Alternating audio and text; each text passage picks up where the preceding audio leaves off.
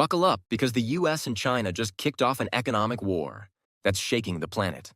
Trump's slamming 104% tariffs on Chinese goods, and China's hitting back with a 34% wall on American staples like soybeans, plus a chokehold on rare earths that could stall tech everywhere. Markets are tanking, $10 trillion gone in a week, and Trump's out here, saying groceries are cheap while prices say otherwise. Canada's boycotting, Germany's raging, and China's cozying up to Australia for gas, leaving US LNG in the dust. Meanwhile, the White House can't answer a straight question, and Wanda Sykes is roasting Trump's whole vibe. Is this a genius play or a global meltdown? Stick around. You won't believe what's coming next. China didn't waste any time clapping back at Trump's moves, hitting the US with a hefty 34% tariff on everything America sends their way. We're talking soybeans, sorghum, pork, you name it, stuff that's the backbone of Trump's big farm states. Last year alone, the US shipped about $15 billion worth of agricultural goods to China, with soybeans making up over 60% of that haul. Now, all those numbers are hanging by a thread, because China's building this tariff wall higher every day. But Trump, he's not even blinking. He came right back swinging, jacking up tariffs on Chinese imports to a brutal 50%. Add that to what was already there, and you're looking at a combined rate of 104%, the highest ever in US-China trade history. People are freaking out because this isn't just some small spat anymore. It's a full-on economic showdown. A $20 toy could jump to $40. A $400 iPhone might hit $800, and don't even get me started on cars. We could see prices spiking by $6,000 to $12,000 a pop. Trump says it's all about punishing Beijing. But China's not totally slamming the door shut.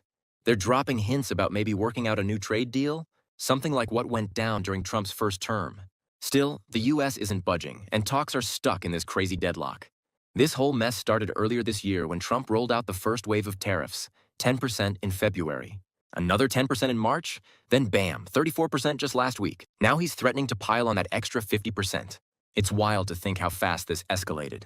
And honestly, it's only the beginning of what could turn into a global disaster. So things didn't stop with just tariffs flying back and forth. China took it up a notch and hit the US where it really hurts. On top of slapping that 34% tariff on American goods, they pulled out a bigger card, tightening the screws on rare earth exports. If you're wondering what that means, these are the materials that power pretty much everything high-tech these days, like electric car batteries, military radars, semiconductors, even night vision gear. Stuff like dysprosium, terbium, and neodymium might sound like sci-fi gibberish, but they're the lifeblood of modern tech, and China controls about 90% of the global supply. Now, US companies wanting a piece of that action have to jump through hoops, applying for licenses that are a total pain to get approved. Analysts are straight up calling this a sneaky export ban, and it's got everyone sweating. Beijing didn't just sit there quietly after Trump's tariff barrage. They went full-on strategic with this move. It's not just about soybeans or pork anymore. This is about flexing muscle in a way that could cripple American tech industries. Imagine trying to build the next big thing in Silicon Valley, or keep the military rolling without these key elements. It's a nightmare waiting to happen. China's basically saying, you want to play hardball? Fine. Let's see how you handle this. And while Trump's team is still pushing that 104% tariff wall, China's rare earth squeeze is a reminder they've got some serious leverage in this fight. This isn't just a trade spat now. It's a whole different level of economic warfare. All right, so China's rare earth play was a gut punch, but the real chaos hit when the market started crumbling, and it was wild. Just one night after Trump doubled down with his no pause on tariff speech, Asian stock markets went into total freefall. Hong Kong's Hang Seng Index tanked over 13%, the nastiest drop in almost 30 years, while Shanghai's composite nosedived more than 7%, wiping out $500 billion like it was nothing. Investors over there were losing their minds, and it didn't take long for the shockwaves to slam Wall Street too. Within days, US markets were down 10 to 15%, and get this, over $10 trillion in market value. Just vanished in a single week. People started panic selling, hedge funds bolted to gold and treasuries, and one expert called it shock therapy that could kill the patient. It's insane how fast this spiraled out of control. Trump's tariff threats didn't just rattle the US and China, they dragged the whole global economy into the mess. Regular folks watching their 401ks shrink were freaking out, while big players scrambled to figure out what's next. The vibe was pure panic, like no one knew. If this was the start of something even uglier, all it took was one press conference to light the fuse. And now everyone's wondering if these two superpowers are about to tank everything. This isn't just about trade numbers anymore, it's a domino effect, hitting every corner of the planet. So, while the markets were crashing hard, Trump stepped up to the mic and made everything even messier with some wild contradictions. He walked into the Oval Office with the world already on edge, dropped the bomb that there are no plans to pause the tariffs, and then flipped the script by saying we need open borders. Wait, what? This is the same guy who's built his whole thing on cracking down on immigration. So people were straight up confused. Then he went off about taking over the Gaza Strip and relocating Palestinians somewhere else, which had folks drawing parallels to some dark historical moves. The media was scrambling, markets froze, and even his own team looked lost, trying to keep up with the guy. But it didn't stop there. Trump started talking about the economy, zeroing in on groceries like it's the magic word. He claimed food prices, interest rates, and energy costs are dropping, saying stuff like egg prices fell 79%. People listening were like, have you seen my grocery bill lately? The reality's hitting different, with Consumer Reports, showing costs are still sky high for most families. He's leaning hard into this feel-good messaging, banking on groceries tugging at heartstrings, even if the numbers don't back him up. It's a classic move, focusing on something relatable to dodge, the bigger mess he's stirring. Meanwhile, the world's watching, wondering if he's just throwing curveballs to keep everyone off balance. Now, while Trump's tossing out wild cards, the rest of the world isn't just sitting back watching the show, they're hitting back hard. The European Union didn't waste a second, slapping a 25% tariff on U.S. goods after Trump's moves started piling up. Germany's Chancellor Olaf Scholz came out swinging, saying this whole tariff mess is wrong and only making losers on both sides. German car giants like Volkswagen and BMW are stressing out, with 30% of their exports heading to the U.S., and they're worried the global supply chain's about to snap. Canada's not playing nice either. They got hit with a 25% tariff on everything, except oil and gas, and Trump even floated the idea of making them the 51st state to dodge the fees. Prime Minister Justin Trudeau called it a sovereignty attack, and the new PM Mark Carney's pushing a boycott on American stuff, riding a wave of Canadian pride.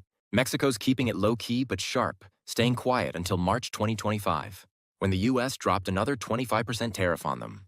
President Claudia Sheinbaum called it baseless, but said they'd strike back smart when the time's right. Meanwhile, China's out there cozying up to the EU and developing nations, building trade ties that don't need the U.S. at all. Everyone's fed up, and it's looking like America's getting left out in the cold, while the rest of the world redraws the map. Okay, while the world's picking sides in this trade war, let's talk about something that's got everyone scratching their heads. The way Trump's team figures out these tariffs. It's honestly kind of bananas. They've got this formula where they take the U.S. trade deficit with a country, say China's $295.4 billion, and divide it by total imports from that country, like $438.9 billion for China. That spits out a number, something like 67.3%, and boom, that's the tariff rate. Sounds simple, right? But here's the catch. It doesn't actually look at what tariffs those countries are charging the U.S., so it's like throwing darts blindfolded. This method's got people calling it a total mess. Economic experts are out here saying it's a shoddy calculation that doesn't match reality, yet it's driving these massive decisions. Countries like Vietnam or Cambodia get slapped with high tariffs, even when they're not charging the U.S. crazy rates, which makes folks think they're getting a raw deal. Get this, some countries the U.S. has a trade surplus with are still getting hit with a 10% tariff. It's wild, and it's painting a warped picture of global trade. Businesses are struggling to keep up, regular people are facing higher prices, and nobody's sure how to plan when the rules seem made up on the fly. This formula's not just quirky, it's shaking things up in all the wrong ways. So, while Trump's tariff math is throwing everyone for a loop, China's out here, making some slick moves that are really putting the U.S. on the ropes. In March 2025, they just dropped a bombshell, cutting off all LNG imports from the U.S., which was worth a cool $2.4 billion a year. That's a huge hit, especially since the U.S. was the world's top LNG exporter in 2024, pumping out over 91 million tons. Instead of sticking with American gas, China turned around and signed a $1.5 billion deal with Australia, locking in 600,000 tons of LNG a year starting in 2027. Australia's stuff is 20% cheaper and gets there 10 days faster, so it's a no-brainer for Beijing. This shift isn't just about money, it's a power play. China's been dialing back on U.S. LNG since 2019, dropping it to just 5.4% of their imports by 2024, and now they're cozying up with places like Qatar, Russia, and the EU. While U.S. terminals are stuck with piles of unsold gas and canceled contracts, Europe's jumping on China's redirected shipments to dodge Russian supply issues. Germany, the Netherlands, and Italy are all in, beefing up their ports to handle it. Meanwhile, Australia's stealing the spotlight as China's new energy buddy, leaving the US watching its market share slip away fast. This is next-level chess, and America's getting outplayed. All right, so China's flipping the energy game on its head, but back home, things are getting downright messy for Trump's crew. The White House press room turned into a circus when spokesperson Caroline Leavitt tried to dodge some tough questions. Someone asked why Trump told automakers not to hike prices, if tariffs are supposed to save taxpayers, and she just mumbled about a private conversation without giving a straight answer. Then a reporter brought up a leaked military plan, and all she had was, "The case is closed," leaving vets and families furious for real answers. People are desperate for clarity, but it's crickets from the top. On the flip side, Trump's out there saying retirees shouldn't worry about stock market swings, claiming he's got it all under control like he did last time. But the Atlanta Federal Reserve's showing GDP shrinking by 3.8%, a far cry from the 3.9% growth they predicted weeks ago. Then there's this deportation mess in Maryland. A dad with no record got shipped to El Salvador. Despite a judge's ruling and Leavitt's response, who does that judge work for? Even comedian Wanda Sykes is piling on, roasting Trump's maturity, saying a 70-year-old shouldn't need lessons on self-control. She's cracking jokes about his hair and Tiffany's Secret Service detail, but it's hitting a nerve. People are fed up with the chaos and contradictions shaking up the country.